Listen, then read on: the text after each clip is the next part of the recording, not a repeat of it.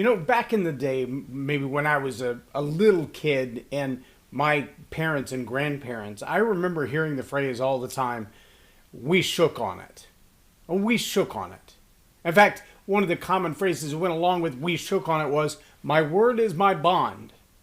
Meaning if I said I'm going to do something, even if it becomes inconvenient, even if a better deal comes along, even if there's another opportunity that would benefit me better, I'm still going to do what I told you I was going to do. If I said I was going to build a fence, by golly, that fence is going to get built. If I said I was going to show up to work at 6 a.m., at 6 a.m. I'd be there with bells on.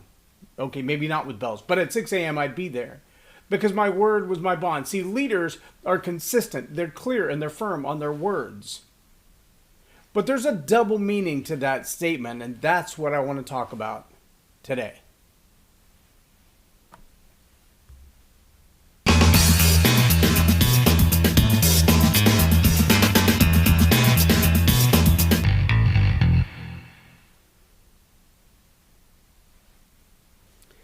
I'm J Loren Norris with Leading Leaders Podcast, and there's been a long time since you could actually count on someone to do what they said. It's really odd though, because there've been a whole lot of people who've said, I'm a man of my word. I think of especially, say, politicians or business owners, and they make a commitment. Maybe it's to the shareholders or the stockholders or the stakeholders, or maybe it's to their employees or their team. This is the way things are going to be, and this is not going to change because that's exactly what I want to see. That's my vision. And then somewhere down the road, it begins to take another course. Other things happen. The company starts to find itself in deep waters, or it finds itself bought out by somebody else. I remember a whole battle in my own life with Wells Fargo.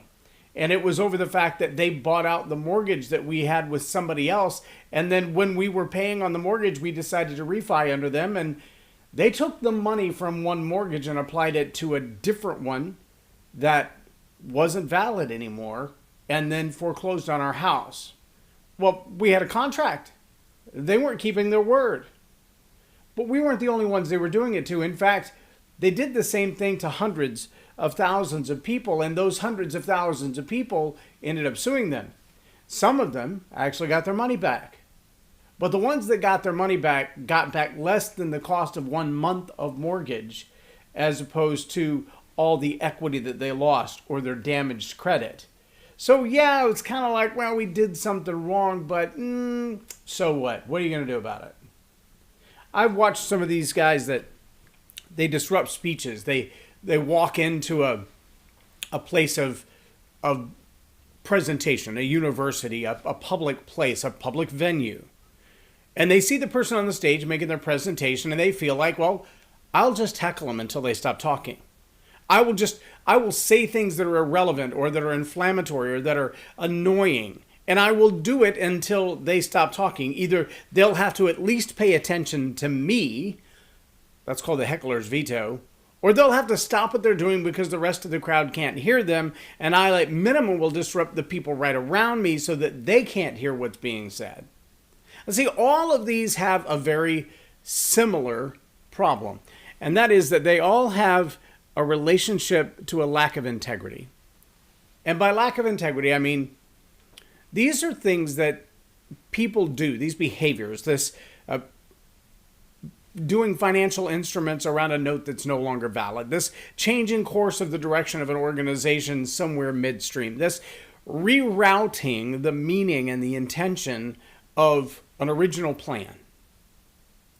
They all reek of a lack of integrity, because somewhere along the way, that individual may have said, this is what I mean. This is what I'm going to do. That lack of integrity means that their word holds no value. And by word in that text, in that context, and in that framework, what I mean is what they've said they're going to do, their word, their testimony, their witness, their decree. It has no value because it has no integrity. If I bought a ticket to attend an event and I'm going to sit in the fifth row of that event, my implication is that I came because I value what the person on the stage or on the platform has to say. I came to hear what they have to say because I'm open-minded and I want to hear that. That's the implied agreement. That's the understood purpose for my buying a ticket or showing up at the event.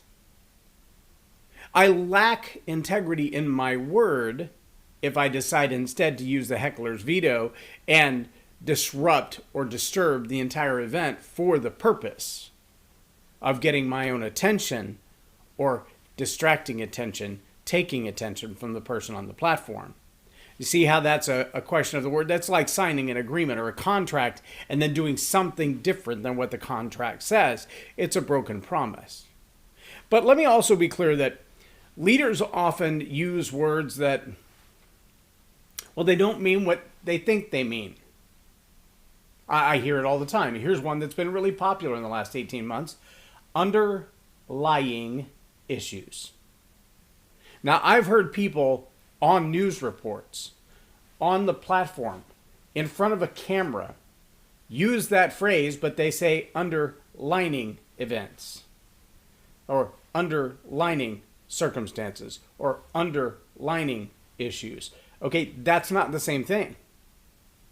I don't know what underlining, other than the practice of highlighting, marking under, specifically targeting something, underlining circumstances or underlining issues. I'm not sure what that would mean, but usually underlying, such as a condition that would make you ill. If you have underlying conditions, the underlying conditions would be those things that you would say, well, they already had this condition. So underlying versus underlining, those are two totally different things, and yet people very flippantly throw those words around as if they mean the same thing. Or racism is a good one.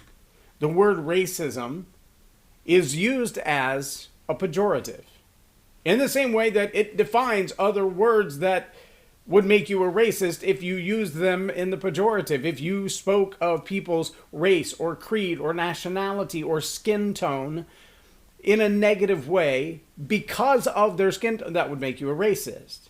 But to call somebody a racist because you disagree with their policy is a disingenuous use of the word racist. It's hurling an insult at someone, almost like the heckler's veto. He's a racist. You don't have to listen to anything he says. Well, but does the definition of racist really apply to the person you're using the slander toward? Because that makes you equally a bigot to the kind of bigotry you're accusing them of by calling them a racist. Do you follow what I'm saying? See, one of the challenges with leadership today is that we have the same kind of error in communication. And what I mean by that is we have people who, they make a declaration, a decree, a promise, sign a contract, have a verbal agreement, shake someone's hand, and their word is not really their bond. It's kind of a loose adjustment of what they intend to do so long as they think it's going to get you to go along.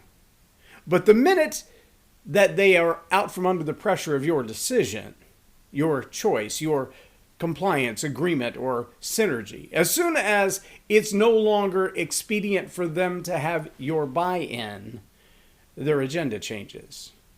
They're not people of their word. They're not clear and firm and consistent on what they've said as compared to what they're doing. But I also find that there are a lot of leaders today who are very lazy in their choice of words. One of my personal favorites to listen to, although I don't agree with everything he says, I love the way Dr. Jordan Peterson articulates. And I like the fact that one of his 12 rules is his own personal experience, where he caught himself in a declaration of a concept or an idea that sounded really good to articulate, but in his words, he didn't own it. And that's what he says. He said, when I decided that, it's not just a matter of stop lying, it's be so integrous with the things that you say, that you know them, you understand them. These are not just words you're repeating. These are things about your life that you live. Then you can say those things with full integrity. Until then, find another way to express that, or don't. Don't express it.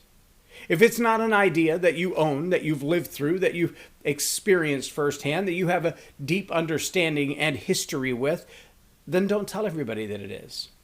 If you don't understand the plight of an abused person, As an example, you can't tell the story of a rape victim if you've never been a rape victim and expect to have the same kind of responses. You can't expect people to follow your advice and your understanding of a situation if you've never been in that situation. And yet, again, we see leaders and politicians who will declare to you the right way out of a problem that they've never experienced. They've never experienced the problem. They have no idea the solution that they're offering, whether it'll work or not, but well, it looks good on paper, so do it. They can't be clear, firm, and consistent in their words if they've never experienced it.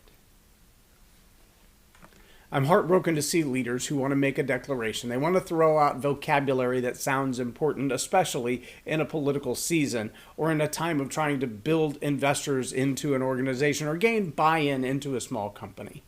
They'll pick out words that sound grandiose. They sound wonderful. They sound like they really have done their homework and they know exactly what they're talking about. But if you dig into the words, you might find that the words that they're using, while they have big meaning, don't even fit the context of what they've said. There's a word for that. It's called pedantic. Pedantic. Look it up. I think you're going to find that you encounter a whole lot more people who are pedantic because it's impressive than you find people who use the words that they mean, who are clear, firm, and consistent about what they say. Not just the integrous nature of I will do what I said I will do, but also in the vocabulary that they choose and that they understand and can properly apply the words that they've said. If you find yourself as a leader wandering around verbally, mentally, intellectually, around a subject that it seems like it's important at the moment, but you're not sure that you're the expert on it, take some time to do some homework. Look it up. Dig into the meaning of that word. Dig into the history of that word. And you may not have to live through slavery as a slave to understand it, but you're probably going to have to read both sides of the fence for a while. You're going to have to read some things you disagree with. You're going to have to listen to some people you maybe couldn't tolerate face to face, but that's what YouTube is for. But take the time to understand the subject so that when you speak on a subject, when you articulate your thoughts and ideas on a subject, you can do it with integrity. You can mean what you say and say what you mean and know what the words mean when you say them, because that's a pretty important part of leadership. I challenge you to do that today. Grab a dictionary, learn a new word, and apply it appropriately as many times as you can. I'm J Loren Norris with Leading Leaders Podcast for Tell It Like It Is TV. Have a blessed day.